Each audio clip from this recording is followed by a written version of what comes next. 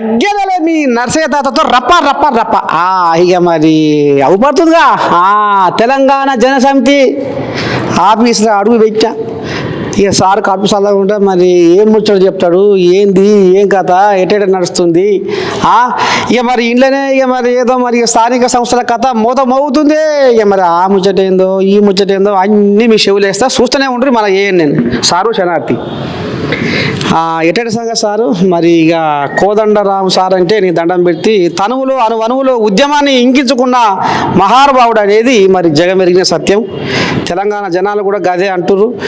మరి ఇప్పుడు ఎందాక వచ్చింది కథ, స్థానిక సంస్థల ఎలక్షన్ల కథ ఎందాక వస్తుంది. మరి మాదే మాదే మాదే అని వాళ్ళు సంకలు కొడుతుర్రు, వాళ్ళు ఎంకలు కొడుతుర్రు.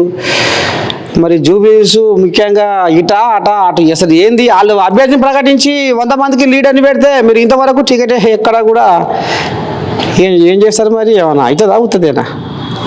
ఇప్పుడు అదేమో కాంగ్రెస్ పార్టీ ముచ్చట. కాంగ్రెస్ పార్టీ వాళ్ళు చెప్పాలి, అన్ని నేను చెప్పానంటే నాతో కాదు. ఎందుకంటే కొన్ని విషయాలలో మేము కాంగ్రెస్ పార్టీకి మద్దతు ఇచ్చినమాట వాస్తవం. ఇప్పటికి కూడా కాంగ్రెస్ పార్టీకి మద్దతుగానే ఉన్నాము. అయితే అన్ని విషయాలు వాళ్ళు ఆ పార్టీ విధానాల ప్రకారం ఆ గవర్నమెంట్ పనిచేస్తుంటది. అయితే ఇప్పుడు జూబ్లీస్ కూడా ఇది పొత్తే ఉంటది ఏమో ఇంకా తెలియదు, ఇప్పటికైతే ఏమనుకోలేదు. మాట ముచ్చటైతే ఇంకేం కాలేదు. స్థానిక దాని గురించి అది వచ్చినప్పుడు మనం ఆలోచిద్దాం. నాకు అనుకుంటా చాలా బయట జరుగుతున్న మాట, వినబడుతున్న మాట ఏంటంటే బీహార్ ఎన్నికలతోనే అవుతాయో ఏమో అని. ఇంకా టైం ఉన్నది కదా. ఎందుకంటే ఒక పోస్టు ఖాళీ అయ్యి ఎమ్మెల్యే పోస్ట్ ఏదన్నా కారణాల చేత ఖాళీ అయితే అప్పుడు 6 నెలల లోపల ఎన్నిక జరపాలి. 6 నెలల దాకా సమయం ఉంటుంది. ఇదేమో 2 నెలలు అయినట్టుంది. కాబట్టి దానికి ఇంకా కొంత సమయం ఉన్నది, ఇంకా కొంత సమయం పట్టొచ్చు. ఈలోగా ఈ స్థానిక ఎన్నికలు అయితే వచ్చేసినాయి. స్థానిక ఎన్నికలు కూడా మొన్న ఈ బీసీ రిజర్వేషన్ల పైన కోర్టుల కేసు ఉండే, కొంతమంది వేసిండ్రు. అది ఉన్నది కోర్టులో, ఇంకా గవర్నమెంట్ పైన కోర్టు ఏం నిర్ణయం చెప్పలే. ఈ లోపల ఎన్నికలది ప్రక్రియ ఎన్నికలు మొదలైనవి. దానికి సంబంధించి ఇవాళ ఎన్నికల కమిషన్ ప్రకటన చేసింది. మరి ఇప్పుడు తెలంగాణ జనసమితి పార్టీ నుంచి మరి స్థానిక సంస్థలలో నిలబడుతుర్రా? మరి ఏం ఉపాయం చేస్తుర్రు? మేము కూడా కొన్ని నిలబడదామనే నిర్ణయించుకున్నాం. అంతటా మనం పోటీ చేసుడు నీకు తెలియని ముచ్చట కాదు.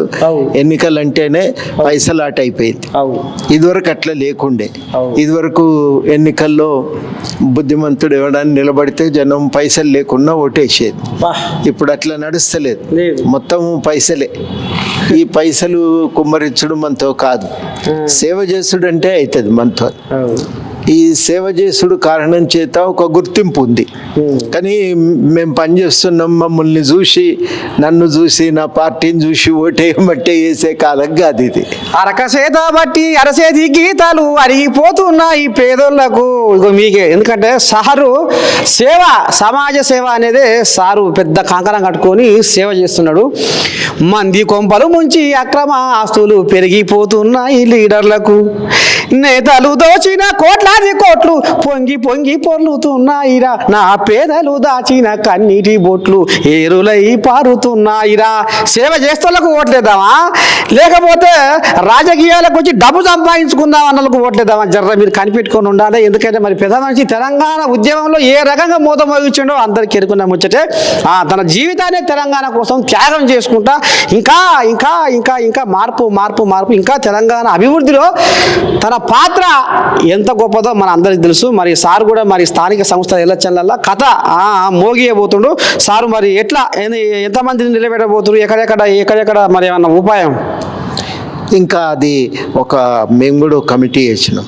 ఇప్పటికే ఒక నెల ముందటనే వాళ్ళు అన్ని జిల్లాలు తిరిగి అక్కడ పరిస్థితి అంచనా వేసుకొని వచ్చిండ్రు. దాని ప్రకారం మేము ఏం నిర్ణయం చేసినామంటే, కొంత గట్టిగా గ్రామ స్థాయి దాకా కార్యకర్తలు లేకపోతే, గ్రామంలో పోటీ చేసే పని అయితే ప్రతి వాడకట్టుకో మనిషి లేకపోతే ఎవరమైనా నిలబడి కష్టం. అట్లాంటిది ఒకటి బలం తయారు చేసుకొని ఎక్కడ మనం చేయగలుగుతాం అనుకుంటే గాడినే చేద్దాం. అన్ని చోట్ల ఉరికి చేయవలసిన అవసరం అయితే లేదు. చేసిన కాడ గట్టిగా నిలబడదాం, గట్టిగా ప్రయత్నం చేద్దాం అనేది అనుకున్నమాట.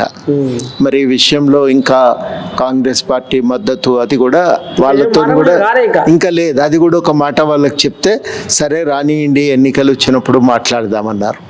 ఇప్పుడు మరి ఎన్నికలు అయితే ప్రకటన ఇయ్యాలో వచ్చింది కాబట్టి ఒక మాట ఇయ్యాలో రేపో వాళ్ళని కలిసి ఈ విషయం కూడా నిర్ణయం చేసుకునే ప్రయత్నం చేస్తాం. ఇది మేము అనుకుంటున్నటువంటి విషయం. అంటే ఇవాళ రేపు కథ ఎట్లుందంటే, ఇదివరకు రాజకీయ పార్టీ అంటే కేవలం ఎన్నికలు ఒక్కటే. ఇప్పుడు రాజకీయ పార్టీ అంటే రెండు పనులు అయిపోయినాయి. ఒక పని ఏంటంటే ప్రజలకు వచ్చిన సమస్యల మీద ఒక పరిష్కారాన్ని చూపే ప్రయత్నం చేయాలి, దానికి ఒక తొవ్వ చూపే ప్రయత్నం చేయాలి. అది ఒక భాగం. ఆ పని మేము చేయగలుగుతున్నాం, అందరికంటే మంచిగా చేయగలుగుతున్నాం, అందరికంటే బలంగా చేయగలుగుతున్నాం. రెండో భాగం ఏంటంటే ఎన్నికల్లో నిలబడ్డు. అక్కడ మాకు ఈ సమస్యలు ఉన్నాయి. సంపాదించుకుంటేనేమో అది వేరే ముచ్చట. సంపాదించిన వాళ్ళు పెడుతున్నారు, మళ్ళీ సంపాదించుకుంటున్నారు. వ్యాపారం లెక్కనే నడుస్తున్నాయి ఎన్నికలు. మేమైతే ఖచ్చితంగా జనాల్లోకి అది ఈ ముచ్చట మాత్రం జనాల్లోకి పోవాల్సిన గద్దెలెక్కి గారడి చేసి గమ్మత్తుగా వాడు మలుపుకుంటాడు. కలిసి ఉన్న జనం మీద కన్నేసి వాడు కయ్యం పెడతాడు. ఎందుకంటే ఇప్పుడు సార్ అన్న మాట తప్పులేదు. వ్యాపారం అయిపోయింది, ఇది ఒక రాజకీయం వ్యాపారం అయిపోయింది. డబ్బులు ఖర్చు పెడుతుర్రు, మళ్ళా ఇక మరి ఓటేసిన తెల్లారి బూడుతుంది అంత అన్నట్టుగా అయ్యా. మళ్ళీ అసలు ఇది ఉన్నదే కథ, కొత్త కథ ఏం కాదు, మనకు అందరికి ఎరుకునే ముచ్చట. ఇప్పటికైనా కొద్దిగా జనాలలో మార్పు రావాలనేది మరి ఇక సార్ కోరుకుంటుండు, సార్తో పాటు నేను కూడా కోరుకుంటున్నా. ఈ వ్యాపారం అయిపోయింది రాజకీయం. డబ్బు ఎట్లా సంపాదించుకోవాలి, ఖర్చు ఎట్లా పెట్టాలి, మళ్ళీ ఎట్లా సంపాదించుకోవాలి, అదే చూస్తున్నారు. మన జనాల జీవితాలు, వాళ్ళ బతుకులు బాగుపడుతున్నాయా, ఏం చేయాలి అనేది మాత్రం లేదు. నిస్వార్థంగా సేవ చేస్తున్నది మాత్రం మనం ఆదరించాలి అనేది మాత్రము ఒక ముచ్చట చెప్పుకొస్తున్నాం. మరి ఇంకా సారు ఇక మరి ఎట్లా ఏంది ఏం కథ మరి ఇంకా అదే మీ మరి రేవంత్ ఇయ్యాలి రేపట్లో ఏమన్నా మీకు ఏమన్నా సమాచారం? రెండు విషయాలు మేము ప్రభుత్వాన్ని కూడా ఏం కోరుతున్నామంటే, ఇప్పుడు ఈ తెలంగాణ కోసం కొట్లాడిన వాళ్ళు చాలా మంది ఉన్నారు. చాలా అంటే చాలా మంది ఉన్నారు. వాళ్ళు ఆ రోజు కొట్లాడినప్పుడు ఏమీ ఆలోచన చేయలే. మీకు తెలియని విషయం కాదు, చూసేటోళ్ళకు కూడా తెలియని ముచ్చట కాదు. చాలామంది తెలంగాణ కోసము తనువు జాలించుకున్నారు, ఒంటికి నిప్పు పెట్టుకున్నారు. స్పీడ్గా వచ్చే రైలు దాన్ని చూస్తేనే మనం పక్కకు 10 అడుగులు దూరం పోతాం. అటువంటి దాని ఎదురుగా ఉరికి దానికి కొట్టుకొని దాని కింద పడి చనిపోయినరు, నీళ్ళల్లో దొరికినరు, విషం దాగినరు. మొత్తం మీద ఒక 1300 మంది దాకా ఆ రకంగా తెలంగాణ కోసం బలిదానం చేసుకున్నారు. ఇంకా అనేక మంది కూడా వాళ్ళ ఇల్లు ఒళ్ళు ఏం పట్టించుకోకుండా తెలంగాణ కోసమే తిరిగినరు. తెల్లారులేస్తే తెలంగాణ, వాళ్ళనే తెలంగాణ పిచ్చోళ్ళు అనేది. ఎంటికలు కూడా టీ ఆకారంలో నెత్తి మీద ఎంటికలు చెక్కించుకున్న వాళ్ళు, మొత్తంగానే సగం ఎంటికలు తీసి సగం ఎంటికలు ఉంచుకున్న వాళ్ళు, ఇక మొత్తం తన ఆస్తి అంతా కరగదీసి తెలంగాణ కోసం ఖర్చు పెట్టిన వాళ్ళు, ఇట్లా అనేక మంది ఉన్నారు. మరి వాళ్ళందరినీ కూడా గుర్తించాల్సిన అవసరం ఉన్నది. మేము కోరుతున్నది ఏంటంటే వాళ్ళకు గుర్తింపు కావాలి, గుర్తింపు కావాలి. ప్రభుత్వం అయితే ఒక ప్లాట్ కూడా ఇస్తామని అన్నారు. ఆ విషయాలు ఏది ఉన్నా కానీ దాని పని మొదలు పెట్టాలి, ఒక కమిటీ వేయాలి. ఏవో మొత్తానికి చాలా అన్నారు, ప్లాట్ అన్నారు. ఇప్పుడు కమిటీ వేస్తే ఏమవుతుందంటే ఆ కమిటీ విషయాలన్నింటినీ ముందు ఎవరు కొట్లాడినోళ్ళు అనేది లెక్క అయితే తేలాలి కదా. అవును, ఆ లిస్టు తయారు చేస్తుంది కమిటీ. ఆ పని అన్నా మొదలుపెట్టి ముందు వాళ్ళకు గుర్తింపు కార్డు ఇస్తే, చాలా మంది అనేది ఏంటంటే మాకు గుర్తింపు కార్డు ఇచ్చినా చాలు, మాకు అది తృప్తి, కనీసం కొట్లాడినమన్న తృప్తి, మా భవిష్యత్తు మా పిల్లలకు చూయించుకొని ఒకటి ఉంటుంది మా ఇంట్లో అనేది అందరూ అదొకటి కోరుతున్నారు. అది మేము ఇవాళ ప్రభుత్వాన్ని అడుగుతున్నాం. మరి నిరుద్యోగుల సంగతి ఏం సార్? అది నిరుద్యోగులు కూడా అది కూడా చాలా ముఖ్యమైన విషయం. మేము ప్రభుత్వంతో ఏమంటున్నామంటే ఒక క్యాలెండర్ ప్రకటించండి, ప్రకటించి ఉద్యోగాలు ప్రతిరోజు ఉద్యోగం అంటే ఉండదు, కానీ కనీసం క్రమం తప్పకుండా పరీక్షలు ఏదో ఒక పోటీ పరీక్షలు జరుగుతూ ఉంటే వాళ్ళు చేతనైన కాడికి చదువుకుంటారు, పరీక్ష రాస్తారు, అయిన వాళ్ళు అవుతారు, కానోళ్ళు ఇంకొత్తవ చూసుకుంటారు. రెండోది ఏంటంటే ఉద్యోగాలు అందరికీ గవర్నమెంట్లో రావాలంటే రావు. 25 లక్షలు ఇప్పుడు టీఎస్పీఎస్సీలు అప్లై చేసుకుంటే ఖాళీలు 2 లక్షలే, గవర్నమెంట్లో ఉన్నాయి 2.5 లక్షలు. కాబట్టి ఏం చేయాల్సి ఉంటుందంటే మిగిలిన వాళ్ళకు బయట బతుకు తెరువు కోసం ప్రభుత్వం ఒక ఆలోచన చేయాలి. అది కూడా ఒకటి మేము ప్రభుత్వంతో అంటున్నాం. ఉన్నకాడికి ప్రైవేట్ రంగంలో ఈ ఉద్యోగాలు స్థానికులకు దక్కేటట్టు చర్యలు తీసుకోవాలి. దానికి అవసరమైతే స్థానికులకే వాటిని పరిమితం చేయాలి. అట్లా ఏదన్నా ప్రభుత్వం చర్యలు తీసుకుంటే బాగుంటుంది అనేది ఈపాటికే మేము మంత్రులందరినీ కూడా కలిసి మాట్లాడినాం. అందరూ కూడా ఇది తీవ్రమైన సమస్య మేము అని అన్నారు. తప్పకుండా దీని గురించి దృష్టి పెట్టవలసిన అవసరం ఉన్నది. ఆర్థికంగా చాలా ఇబ్బందులు ఉన్నాయి. పాత ప్రభుత్వం చేసిన అప్పులు చేయంగా మేము మొత్తం పైసలు 12,000 కోట్లు నెలకు అప్పులు కట్టడానికి, కిస్తీలు కట్టడానికే పోతున్నది. కాబట్టి మా పరేషాన్లో ఉన్నాం, కానీ అట్లా అని మేము ఆ సమస్యను కూడా మర్చిపోయి ఉండే అవకాశం కూడా లేదు. తప్పకుండా దాని మీద దృష్టి పెడతామని అయితే అన్నారు. మరి అలా ఎన్నికల నోటిఫికేషన్ వచ్చే, మరి రేపు మా సంగతి ఏంది అని ఆ పిల్లలు కూడా ఫోన్లు చేస్తూనే ఉన్నారు. నాకు చేస్తారు, అడుగుతారు కదా, వాళ్ళ ఆపత్తి వాళ్ళది. అంతే, ఆ ఆపత్తికి మరి ఒక సమాధానం కూడా చెప్పాలి. అయితే కలవగలిగే మంత్రులందరినీ కలిసినాం. ఇంతకుముందు మీ ముందే పొన్నం ప్రభాకర్ గారిని కూడా కలిసినాం.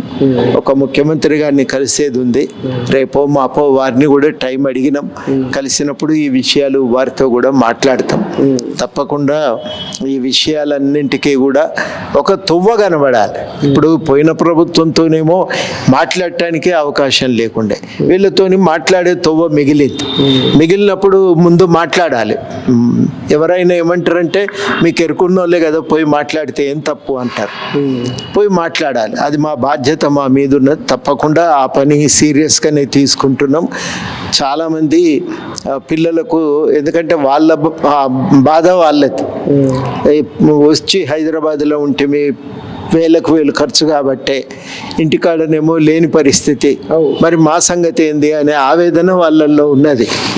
వాళ్ళ ఆవేదనకు కూడా ఒక సమాధానం ఎవరు చెప్పాలి? గవర్నమెంటే చెప్పాలి. మరి మాకున్న పరిచయాల రీత్యా మేము చెప్పవలసిన బాధ్యత మీ మీద ఉంది కదా అని ఫోన్లు చేస్తున్నారు. ఆ మాట కూడా మేము దృష్టిలో పెట్టుకున్నాం, మాట్లాడుతున్నాం. మా వంతు ప్రయత్నం మేము చాలా సీరియస్గా చేస్తున్నాం. ఈ 2 విషయాలే ఇవాళ ప్రధానమైన అంశాలుగా తీసుకోవాలని మొన్న మాది రాష్ట్ర కమిటీ కూడా జరిగింది. ఆ రాష్ట్ర కమిటీ కూడా ఈ 2 మీద దృష్టి పెట్టి ప్రభుత్వంతో మాట్లాడి ఒక పరిష్కారాన్ని సాధించుకునే ఒకటి మన వంతు నుంచి ఒక ప్రయత్నం అయితే ఉండాలి అని అందరు కూడా ఒక సూచన చేశారు. ఇక దాని ప్రకారం మా వంతు ప్రయత్నం ఉంటుంది, మా సానుభూతి వాళ్ళతో ఉంటుంది. సారు నిరుద్యోగులకు, ఎందుకంటే మీలాంటి వాళ్ళు ఇప్పుడు కోదండరాం సారు మనకు న్యాయం చేస్తాడు అనే ఒక ధీమా ఉంది నిరుద్యోగులకు.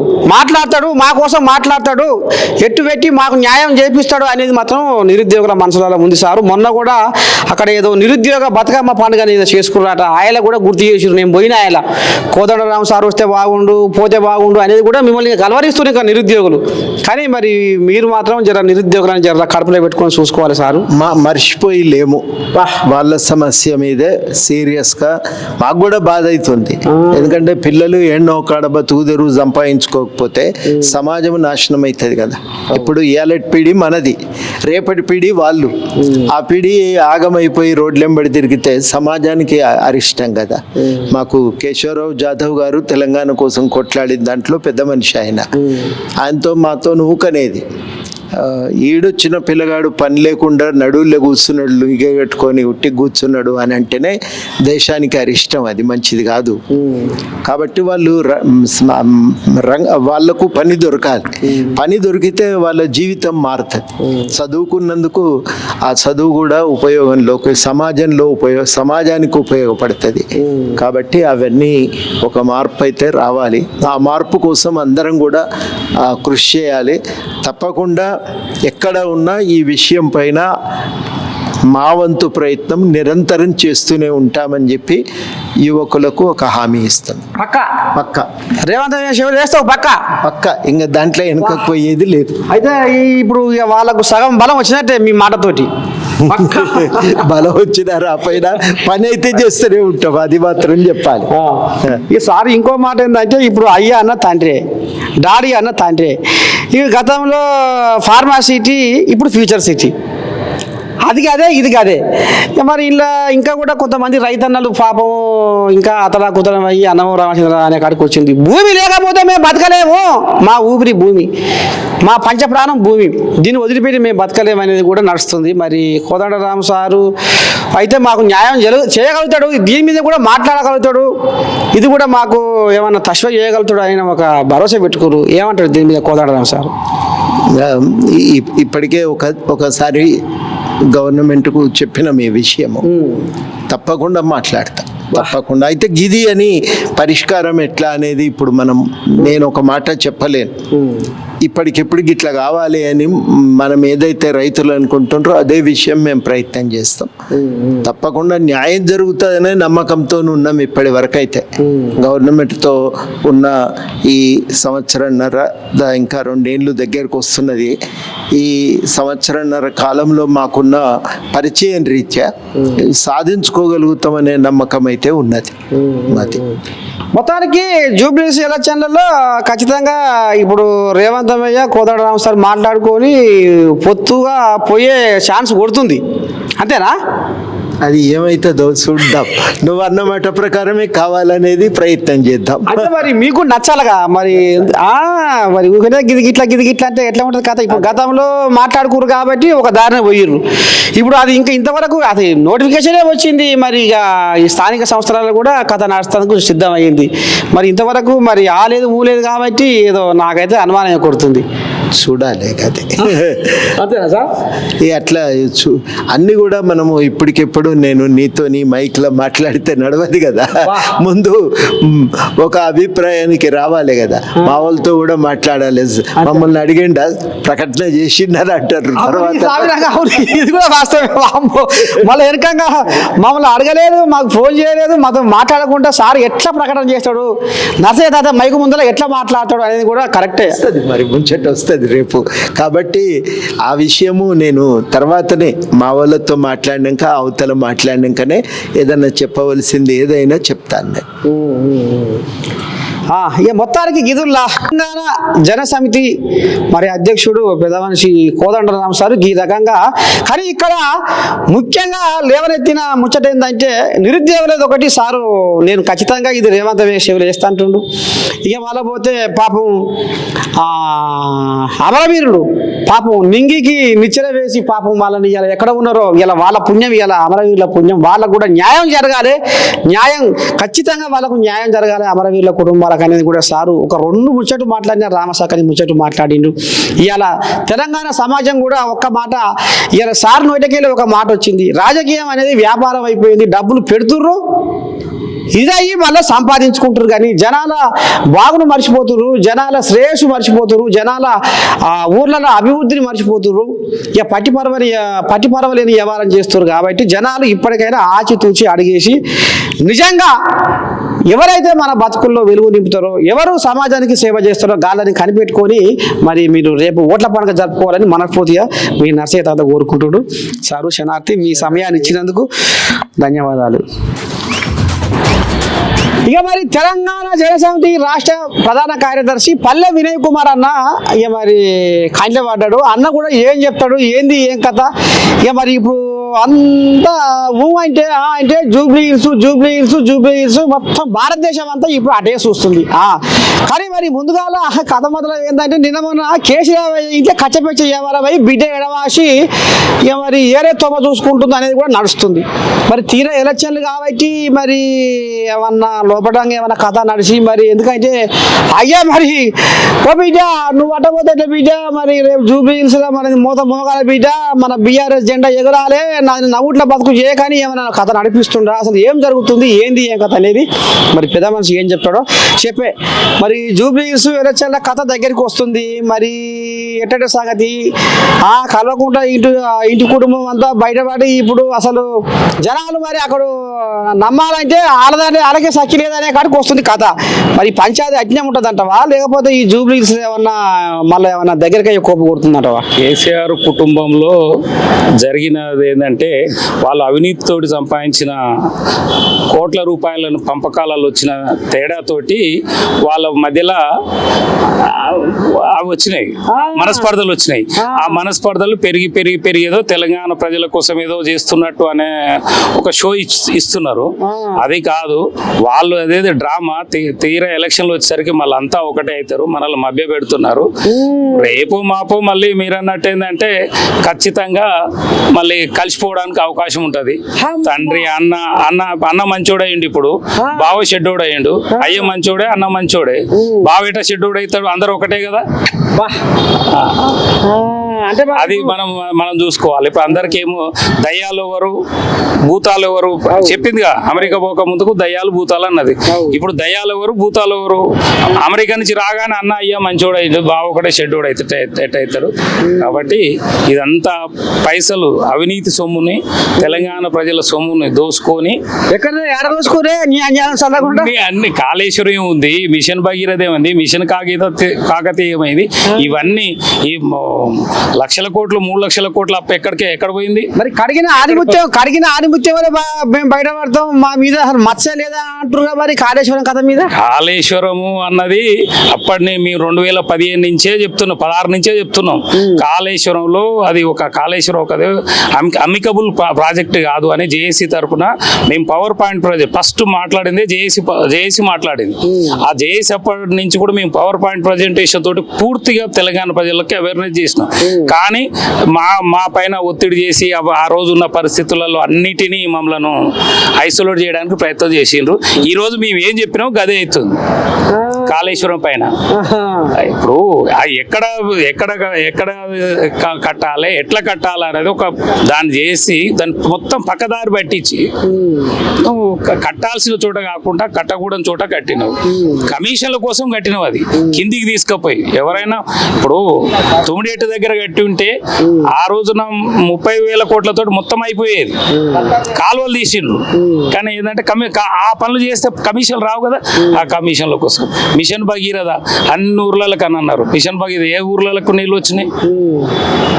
సగం వాటికి ఆల్రెడీ గ్రామ పంచాయతీల తరఫున పైప్ లైన్ల తోటి నీళ్లు పడుతున్నాయి. వీళ్ళు కొత్తగా పైప్ లైన్ వేసినట్టు షోలు చేసారు. ఆ పైసలు అవి 40,000 కోట్లు మొత్తం ఈ తెలంగాణ ప్రజలని నిరుద్యోగులను మోసం చేసారు. అందరినీ మోసం చేసి ఉద్యమకారులను అంటే ఉద్యమం అంటే తెలంగాణ ఉద్యమం చేసి మేమే చేసినాం అనే భావనలో వాళ్ళు ఉన్నారు. అవును, ఇప్పుడు ఉద్యమకారుల కథ ఏంది మరి? ఉద్యమకారులకు అయితే నువ్వు అన్నట్టు తల్లి రొమ్మ మీద గుద్దే వ్యవహారం జరిగింది కేసీఆర్ హయాంలో అనేది కథ నడిచింది. మరి ఇప్పుడు కాంగ్రెస్ సర్కారు వచ్చినాక ఉద్యమకారుల కథ ఎట్లా ఉంది?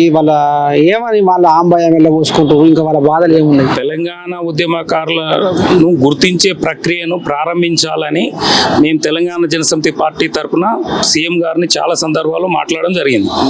తెలంగాణ వచ్చిన తర్వాత ఏ రోజున ఉద్యమకారుల గురించి మాట్లాడని ప్రభుత్వము 2024లో కనీసం వాళ్ళ ప్రభుత్వం తరపున కలెక్టర్లతోటి హైదరాబాద్కు తీసుకొచ్చి మనం జూన్ 2 రోజు 2024లో మనం జింకానా గ్రౌండ్స్లో తెలంగాణ ఆవిర్భావ దినోత్సవాలలో పాల్గొనేటట్టు చేసినాం.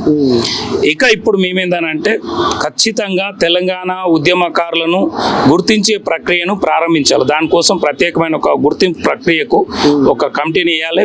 కాంగ్రెస్ పార్టీ చెప్పినట్టు గుర్తించి అర్హులైన వాళ్లకు ఇండ్ల జాగేయాలి, అర్హులైన వాళ్లకు పెన్షన్ ఇవ్వాలి, అర్హులైన వాళ్లకు అమరులైన వాళ్లకు ఖచ్చితంగా వాళ్ళ కుటుంబాలను ఆదుకోవాల్సిన అవసరం. ఎందుకంటే 1,300 మంది చనిపోయినరు.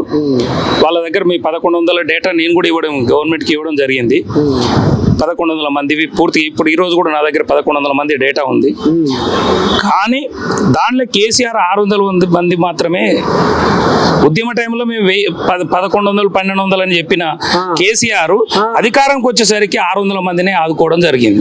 మిగతా ఇప్పుడు ఈ రోజు 600-700 మంది బయట ఉన్నారు, కొంతమంది చనిపోయి ఉన్నారు, కొంతమంది దెబ్బలు తిని ఉన్నారు వాళ్ళందరినీ. కాబట్టి ఖచ్చితంగా రేవంత్ రెడ్డి గారికి మేము చేసే విన్నపం ఏంటంటే ఉద్యమకారులను గుర్తించే ప్రక్రియలను మీరు వెంటనే ప్రారంభించండి.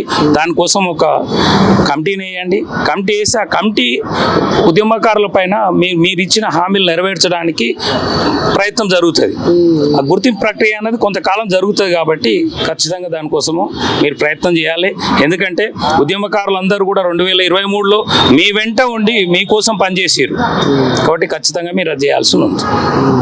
మరి ఇప్పుడు రాంగపోంగా కవితమ్మ రేపు మరి దసరా పండుగ వస్తుంది కాబట్టి మరి పండుగకు అమ్మగారు గడప దొక్కేనా ఉత్తదేనా? ఖచ్చితంగా తండ్రిని కలుస్తుంది. ఆ క్రమంలో మాట్లాడడానికి అవకాశం ఉంటుంది, కలిసిపోవడానికి అవకాశం ఉంటుంది. అది ఎప్పుడైనా అంతే. ఇప్పుడు మనం చూస్తూనే ఉన్నాం, ఆంధ్రాలో చూస్తూనే ఉన్నాం, అది కూడా ఇక్కడ జరుగుతుంది ఖచ్చితంగా.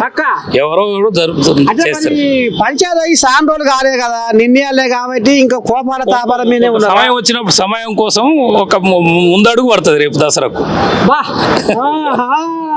ఇక చూసినారులో మొత్తానికైతే ఇక మరి జూబ్లీస్ ఎలక్షన్లలో ఇక బిడ్డ ఎటువంటి పండుగ ఊకోదు, పోయినాక ఎట్లా బిడ్డ అనేది మాత్రం లోపడంగా రాయబరం అంతా నడుస్తూనే ఉందన్న కథ. ఇక మొత్తానికైతే తెలంగాణ జనసమితి రాష్ట్ర ప్రధాన కార్యదర్శి పల్లె వినయ్ కుమార్ ఈ రకంగా ఆంబాయంలో చూసుకుంటున్నా. ఇక రేపు ఇంకో కాడికి పోతే కథ మాత్రం మీకు అందిస్తా, చూస్తూనే ఉంటుంది మన నేను కెమెరామెన్ రాజుతో మీ నర్సయ్య తాత, తెలంగాణ జనసమితి కార్యాలయం.